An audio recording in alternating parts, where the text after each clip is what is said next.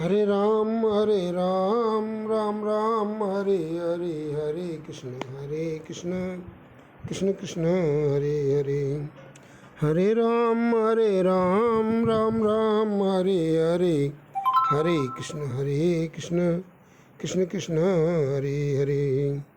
हरे राम राम राम हरे हरे, हरे कृष्ण कृष्ण कृष्ण हरे हरे। हरे राम राम राम हरे हरे, हरे कृष्ण कृष्ण कृष्ण हरे हरे। हरे राम राम राम हरे हरे, हरे कृष्ण कृष्ण कृष्ण हरे हरे। प्यारे साथियों, भाइयों बहनों, आज हम रामचरितमानस की एक चौपाई पर विचार करेंगे जो यह बताती है कि संसार में भगवान के सन्मुख होने पर करोड़ों जन्मों के पाप नष्ट हो जाते हैं। तो आज ये बात पर विचार किया जाएगा कि भगवान के सन्मुख होना क्या है, क्योंकि ये चौपाई मानव जीवन के लक्ष्य को प्राप्त कराती है कि भगवान के अगर शरण हो जाएं तो हमारे सारे पाप नष्ट हो जाएंगे। तो ये चौपाई यानी सन्मुख होना क्या है, इस बात पर हम विचार करेंगे कि तुलसीदास जी की इस चौपाई में सन्मुखता का क्या अर्थ है। देखो, ये चौपाई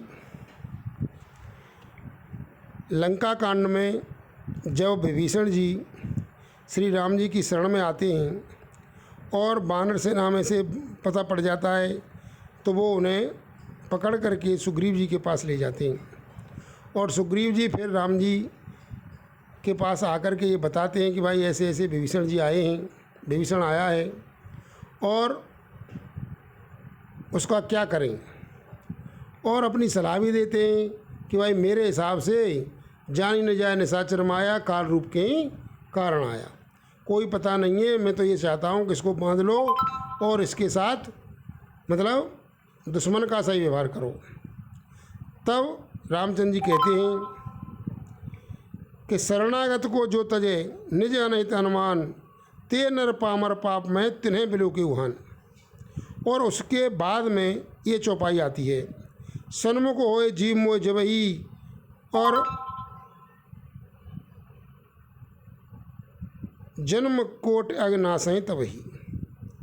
सन्मुख होए जीव मोय जबही, जन्म कोट अग्नाशय तबही। अर्थात जैसे ही जीव मेरे सन्मुख हो जाता है तो करोड़ों जन्मों के पाप उसके नष्ट हो जाते हैं, ये राम जी ने कहा है। और इससे नीचे फिर उनकी शंका का निवारण करते हुए वो कह रहे हैं कि भाई कोई पता नहीं क्यों आया है, राक्षस है, इसके साथ अच्छा व्यवहार मत करो। तो रामचंद्र जी भरोसा दिलाते हैं कि जग में सखा निशाचर जेते और लक्ष्मण हने निमिष में तेते। भाई तुम टेंशन मत लो, जगत में जितने भी निशाचर हैं लक्ष्मण जी उनको कुछ ही क्षण में निमिष में मार देंगे। और अगर ये आया है मेरी शरण तो फिर इसको ढंग से रखूँगा, प्राणों की तरह रखूँगा। जो सभी आबा सर नाही, और राखऊँ ताए प्राण की नाही। तो ये सारे बातों को, उस समय की स्थिति को विचार करते हुए ये निश्चय पर पहुँचते हैं कि भाई इसका क्या अर्थ है। आप समझ गए होंगे सब विद्वान हैं कि ऊपर से नीचे तक शरणागति का भाव इसमें दर्शाया गया है, क्योंकि तुलसीदास जी की रामचरितमानस, इसे आप ये समझिए कि वास्तव में जो आरती गाई जाती है कि भाई तुलसीदास जी ने जो आरती बनाई है रामचरितमानस की, उसमें आया है कि चारों वेद पुराण अष्टदश छऊ शास्त्र सब ग्रंथन को रस, सार अंश सम्मत सब ही की आरती श्री रामायण जी की। अर्थात वास्तव में ही रामचरितमानस को आप समस्त वेद पुराणों शास्त्रों और सारे सदग्रंथों का सार ही समझो, और फिर सबकी सम्मति है, यानी सबका सार रूप आपस में मतभेद न करते हुए सबका समन्वय करते हुए तुलसीदास जी ने रामचरितमानस की रचना की है।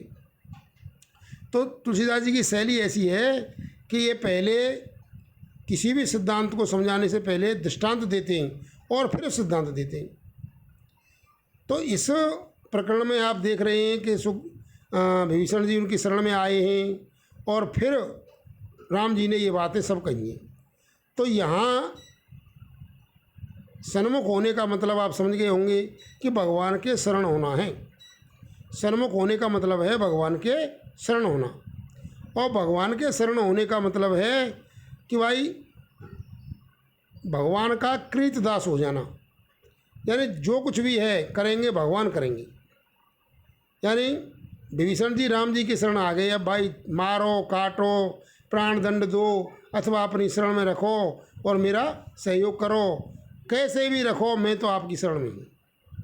ऐसे ही जब जीव वास्तव में जीव भगवान का सखा कहो, दास कहो, पुत्र कहो, कुछ भी कहो, लेकिन जब भगवान की शरण हो जाता है तो ये मान लो वो अपनी स्थिति पे पहुंच गया, अर्थात उसने करने योग्य काम कर लिया। इसी बात को गीता जी में अर्जुन जी के सामने भगवान श्री कृष्ण ने कहा है कि भाई जब लास्ट में मैं सबसे गुह्यतम बात कहता हूँ, सर्वगुह्यतम, मनमना भव मध्याजी माम नमस्कुरु, और उसके बाद कहा है वो सर्वधर्मान परित्यज्य मामेकम शरणं व्रज अहमत्वा सर्व पापेभ्यो मोक्षयिष्यामि मा शुचः। और यही बात तुलसीदास जी ने भगवान राम जी ने कही है रामचरितमानस में कि सन्मुख होय जीव मोज वही और जन्म को त्यागनाश है तभी। तो कहने का मतलब है कि भगवान की शरण लेना ही सन्मुख होना है। और हमारे लोक में समाज में एक छोटी सी हमारे एरिया में ब्रज के क्षेत्र में एक भजन गाया जाता है, सीताराम सीताराम सीताराम कहिए, जाई विद राखे राम ताई विद रहिए, राम नाम मुख में और राम सेवा हाथ में, और तू अकेला नाई प्यारे राम तेरे साथ में। अर्थात भगवान के ऊपर ही आश्रित होकर के वैसे अपने कर्तव्य कर्म को ढंग से करो। इस बात को मैं बार बार बता रहा हूँ कि सारे शास्त्रों की भाषाएं अलग अलग हैं, लेकिन अर्थ एक ही है। भक्ति का मतलब है भगवान की शरण लेना, और सारी चीज़ें, सारे सुख, सारी सुविधाएं, सब मन का संतोष सब आ जाएगा अगर भगवान के शरण हो जाएंगे। तो भगवान पर विश्वास करो कि भगवान ही है मेरे। इस बात को मैं बार बार कह रहा हूँ कि भाई भगवान ही मेरे हैं और मेरा कोई नहीं है। मीरा जी की भाषा बोल दो, मेरे तो गिरधर गोपाल दूसरा ना कोई, और आप आनंदित हो जाओगे। दूसरी बात, हमारे समाज में एक बात और कही जाती है, कोई तन दुखी कोई मन दुखी, कोई धन बिन रहे तो दास, थोड़े थोड़े सब दुखी सुखी राम के दास। तो राम के दास हो जाओ, राम की शरण हो जाओ, राम को अपना मान लो, तो आपका कल्याण हो जाएगा, सारे संकट कट जाएंगे। कोई पाप नहीं, कोई पुण्य नहीं, भगवान का मान करके ही यहाँ काम करो। अभी हम भगवान के हैं, संसार भी भगवान का है, ये माता पिता पुत्र पति पत्नी सब भगवान के ही हैं, और इनमें आसक्ति मत रखो। भाई भगवान के नाते तन मन धन कोशिश करो फिर भी काजन होए, हरी कृपा मान से नींद चैन की सोए। ऐसे नहीं कि भाई काम नहीं कर रहे, भगवान का है खाएंगे मजे मारेंगे, नहीं, काम करो तन से मन से धन से पूरी तत्परता से, और भगवान को समर्पित करके काम करो।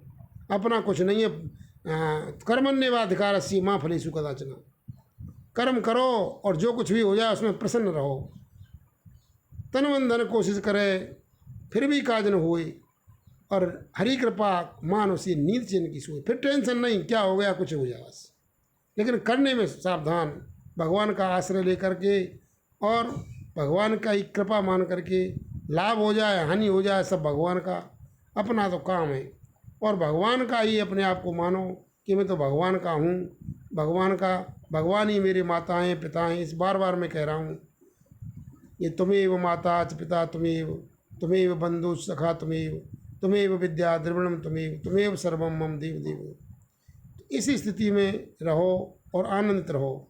तो सन्मुखता का अर्थ है भगवान की शरण होना। और मैं इस YouTube चैनल पर पहले ही दिन से ये कह रहा हूँ, भगवान की शरण हो जाओ, आनंदित हो जाओगी। तो इन बातों पर विचार करें और भगवान की शरणागति प्राप्त करें और आनंदित हों। धन्यवाद। ओम बोलो।